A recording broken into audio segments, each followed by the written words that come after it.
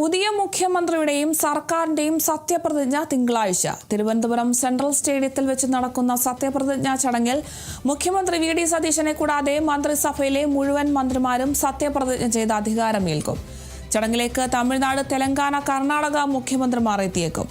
UDF-നെ സർക്കാർ രൂപീകരണത്തിന് ക്ഷണിച്ച് ലോക് ഭവൻ ഇന്ന് വിജ്ഞാപനമിറക്കും. വ്യാഴാഴ്ചയാണ് ആദ്യ നിയമസഭാ സമ്മേളനം നടക്കുക. അന്ന് MLA-മാർ സത്യപ്രതിജ്ഞ ചെയ്യും.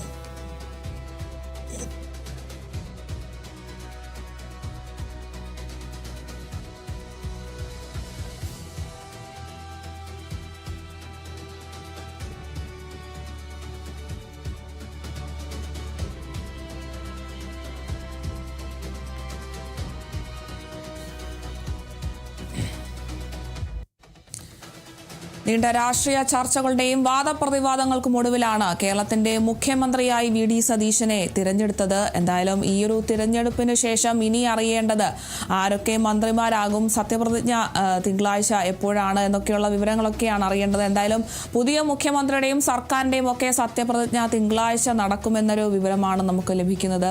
തിരുവനന്തപുരം സെൻട്രൽ സ്റ്റേഡിയത്തിൽ വെച്ച് നടക്കുന്ന സത്യപ്രതിജ്ഞാ ചടങ്ങിൽ മുഖ്യമന്ത്രി വി.ഡി. സതീശനെ കൂടാതെ മന്ത്രിസഭയിലെ മുഴുവൻ മന്ത്രിമാരും സത്യപ്രതിജ്ഞ ചെയ്ത് അധികാരമേൽക്കുകയാണ്. പുതിയ മന്ത്രിസഭ ഇനി അടുത്ത 5 വർഷത്തേക്ക് ഭരിക്കുന്നത് വി.ഡി. സതീശനും മന്ത്രിസഭയും കൂടി ചേർന്നാണ്. ഈ ഒരു ചടങ്ങിലേക്ക് ഇനി തമിഴ്നാട്, തെലങ്കാന, കർണാടക മുഖ്യമന്ത്രിമാരൊക്കെ എത്തിയേക്കും. രാഹുൽ ഗാന്ധിയും ഹൈക്കമാൻഡും ഒക്കെ ഈ ഒരു സത്യപ്രതിജ്ഞയിൽ എല്ലാ പിന്തുണയും നൽകുന്നുണ്ട്. UDF-ന്റെ സർക്കാർ രൂപീകരണത്തിന് ക്ഷണിച്ചിരിക്കുകയാണ് ലോക് ഭവൻ. ഇതിന്റെ ഭാഗമായിട്ട് ഇന്ന് വിജ്ഞാപനവും ഇറക്കും. എന്തായാലും വ്യാഴാഴ്ചയാണ് ആദ്യ നിയമസഭാ സമ്മേളനം നടക്കുക.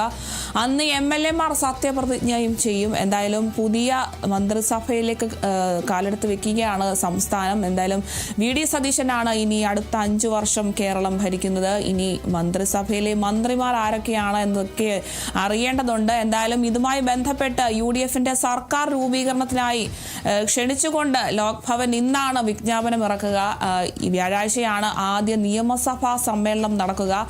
അന്ന് തന്നെയായിരിക്കും MLA-മാരെല്ലാം സത്യപ്രതിജ്ഞ ചെയ്യുക. എന്തായാലും ഇനി ഈ കേരളം അടുത്ത 5 വർഷം കേരളം വി.ഡി. സതീശന്റെ കയ്യിൽ സുരക്ഷിതമായിരിക്കും. പുതിയ മുഖ്യമന്ത്രിയുടെയും സർക്കാരിന്റെയും ഒക്കെ സത്യപ്രതിജ്ഞ തിങ്കളാഴ്ച നടക്കും.